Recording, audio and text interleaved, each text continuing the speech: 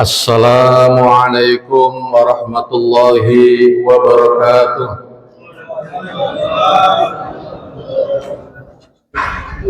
Alhamdulillahil qail ara'aital ladzi yukadzibu bid-din fadzakal ladzi yad'ul yatim. Allahumma shalli wa sallim ala sayyidina Muhammadin wa ala alihi wa sahbihi ajma'in, amma ba'd. Para sesepuh, tokoh agama, tokoh masyarakat di lingkungan Masjid Nurul Ikhlas yang kami muliakan, imam masjid, para pengurus masjid, adik-adik remaja masjid, bapak ibu hadirin hadirat jamaah sholat tarawih dan sholat isya malam hari ini, yang mudah-mudahan beberapa hari lagi kita akan menyelesaikan ibadah di dalam bulan suci Ramadan ini. Kita berharap, berdoa, mudah-mudahan kita bisa menyelesaikan semua amalan-amalan yang kita lakukan di dalam bulan suci Ramadan tahun ini dalam kondisi sehat walafiat, tidak ada kekurangan satu apapun. Dan tentunya kita juga berharap semoga apa yang kita amalkan ini diterima oleh Allah Subhanahu wa Ta'ala. Amin ya Rabbal Alamin. Bapak Ibu sekalian, kita mungkin sudah hafal semua surat atau ayat yang saya sampaikan di awal tadi. Itu ada di dalam juz 30. Ara'aital ladzi yukadzibu bid-din fadzalikal ladzi yad'ul yatim wa la yahuddu ala ta'amil miskin. Ayat ini mengingatkan kepada kita, kata Allah, ketahuilah oleh kalian siapakah di antara kalian yang mendustakan agama. Fadzalikal ladzi yad'ul yatim, yaitu mereka-mereka yang menghardik, membentak, menzolimi anak-anak yatim.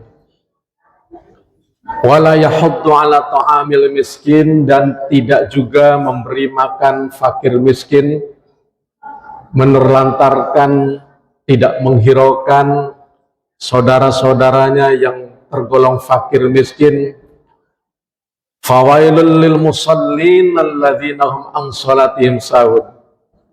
Dan ini juga lebih ngeri lagi, lebih pedas lagi kalimatnya.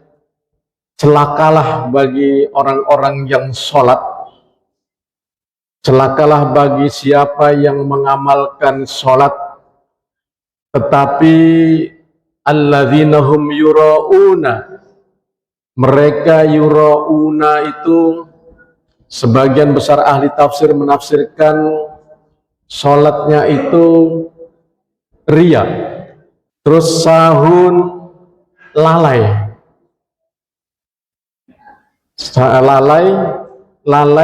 riya, wa yamna'unal ma'un, dan mencegah dari orang-orang melakukan kebaikan. Ini Bapak Ibu, surat ini pendek tetapi perlu kita hayati secara seksama. Karena apa? Karena ini bisa menimpa kita. Dan surat ini sekaligus mengingatkan kepada kita bahwa ketika Allah menciptakan manusia dan jin ini, tidak lain adalah untuk mengabdi, untuk beribadah. Wa ma khalaqtul jinna wal insa illa liya'budun, bahwa aku tidak menciptakan jin dan manusia kecuali untuk beribadah kepada aku. Nah, kita tahu bahwa ibadah yang paling utama dan pertama sebagai bentuk pengakuan manusia menghamba kepada Allah adalah sholat. Dan saya yakin kita semua sudah mengamalkan, sudah mendirikan sholat 5 waktu selama ini. Isya, subuh, duhur, asar, maghrib. Mungkin sudah tidak pernah tinggal, tetapi ada warning, ada peringatan buat kita bahwa jangan sampai kita masuk tergolong orang-orang yang celaka meskipun kita sholat. Dan surat ini juga memberikan satu peringatan buat kita bahwa pada dasarnya pengabdian kita ini, Bapak Ibu, ada dua macam, yakni vertikal dan horizontal. Pengabdian secara vertikal maksudnya adalah bahwa kita benar-benar mengabdi kepada Allah, menyembah kepada Allah saja, tidak ada Tuhan selain Allah yang berhak disembah, yang wajib disembah kecuali Allah semata-mata. Nah itu yang pertama. Yang kedua, kita juga tidak boleh melupakan bahwa di sekitar kita ada orang lain. Orang lain itu tidak semuanya nasibnya sama dengan kita. Tentu saja mungkin ada yang lebih bahagia dari kita, tetapi juga tidak sedikit yang lebih susah daripada kita nasibnya. Dan ini membutuhkan perhatian kita semua.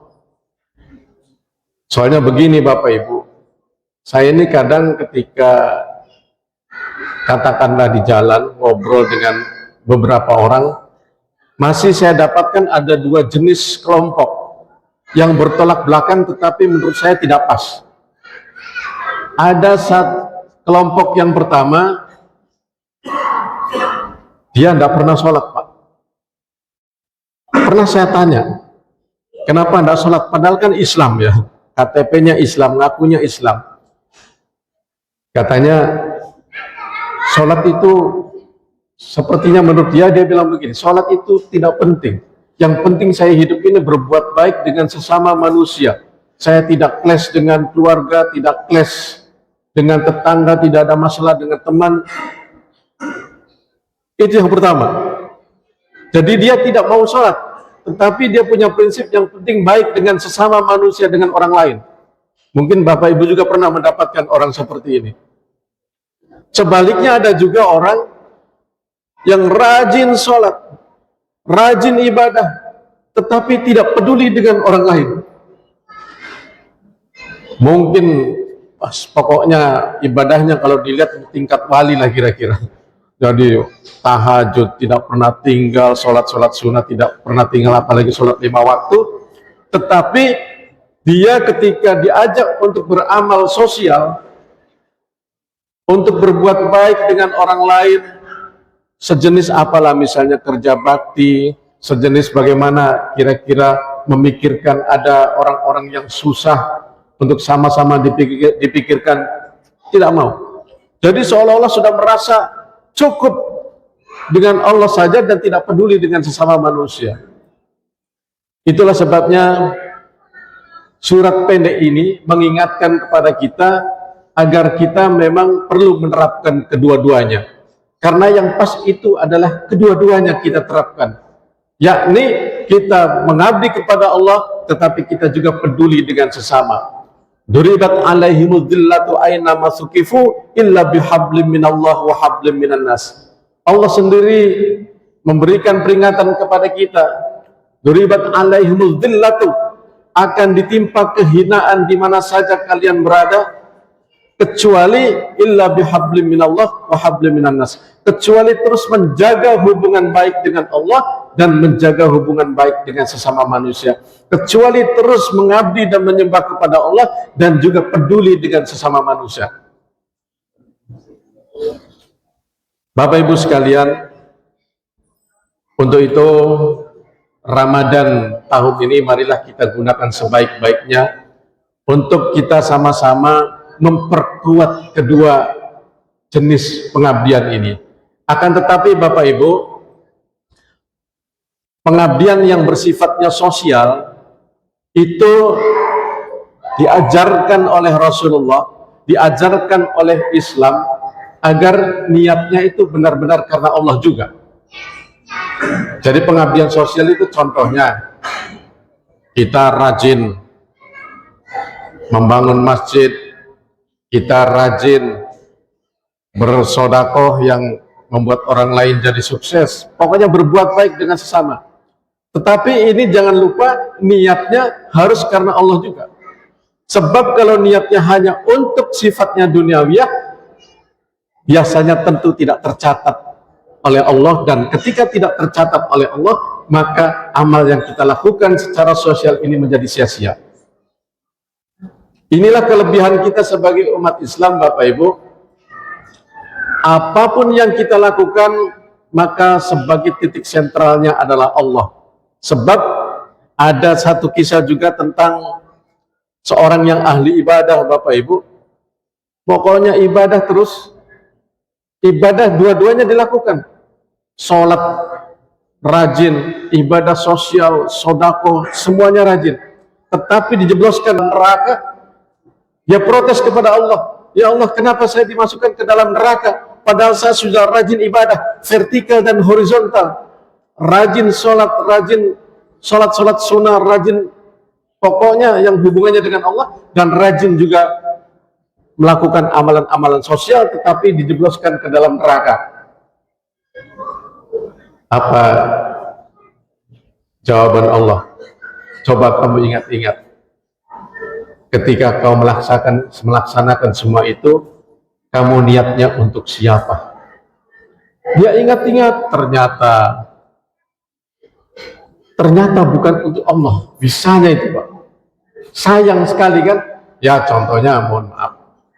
Misalnya ada kita rajin ke masjid, tetapi ada niat lain bukan karena Allah. Mungkin misalnya nih, saya contohkan saja, remaja nggak pernah ke masjid, tapi karena anaknya Pak Imam cantik, dia rajin ke masjid dengan harapan dia mau menggait anaknya Pak Imam supaya disenangi Pak Imam dan bisa mendapatkan anaknya. Kalau memang niatnya itu, maka dapatnya itu saja. Setelah dapat itu tidak tercatat oleh Allah karena niatnya bukan untuk Allah. Puasa juga bukan karena Allah, misalnya hanya bibirnya lillahi ta'ala tetapi hatinya bukan karena Allah. Hati-hati ibu-ibu, walaupun sepele tetapi ini penting. Kadang-kadang cuma sering saya dapatkan yang puasa-puasa sunnah, niatnya itu untuk diet katanya. Sayang sekali niatnya untuk diet. Niatkan karena Allah. Itulah sebabnya dalam setiap amal diajarkan dalam ajaran Islam, ujungnya itu lillahi ta'ala. Usolli fardul isya'i arba rakaat mustaqbilan berarti ada al-makmuman lillahi ta'ala. Nawaitu somal khodi an adai dan seterusnya, ujungnya lillahi ta'ala. Maksudnya lillahi ta'ala itu supaya hati kita benar-benar karena Allah semata-mata, tidak mengharapkan riya, puji-pujian dari orang lain. Sebab ketika kita mengharapkan, kita terjatuh pada riya, dipuji oleh orang lain, jatuhnya tadi celaka kita. Fawailul lil musallina alladzina hum an salatihim sahun alladzina hum yura'un. Yura'un itu riya, pengen dipuji oleh orang lain. Kemudian Bapak Ibu, sahun, lalai, kita juga hati-hati, jangan sampai kita sholat tetapi kita lalai. Ini ada beberapa jenis lalai. Pertama, melalaikan sholat. Sholatnya masih bolong-bolong. Yang kedua, sudah sholat tetapi lalai. Begitu sholat Allahu Akbar, ingat pekerjaan lain, ingat istri di rumah, ingat teman. Jadi dia lalai sholat tapi kemana-mana. Kemudian yang ketiga, lalai ketiga adalah kita sudah mengamalkan sholat tetapi kita juga masih melakukan perbuatan-perbuatan yang dilarang oleh Allah. Artinya kita juga masuk orang-orang yang sholat tetapi lalai. Bapak Ibu hadirin semua, inilah yang dapat kami sampaikan. Mudah-mudahan yang kami sampaikan ini sifatnya hanya mengingatkan kita semua sama-sama agar kita perbaiki niat kita, semua amal ibadah kita permantap ibadah kita kepada Allah, dan kita juga peduli dengan sesama. Terima kasih atas perhatiannya, dan mohon maaf apabila ada yang kurang berkenan. Wallahul muwaffiq ila aqwamit thoriq. Assalamualaikum warahmatullahi wabarakatuh.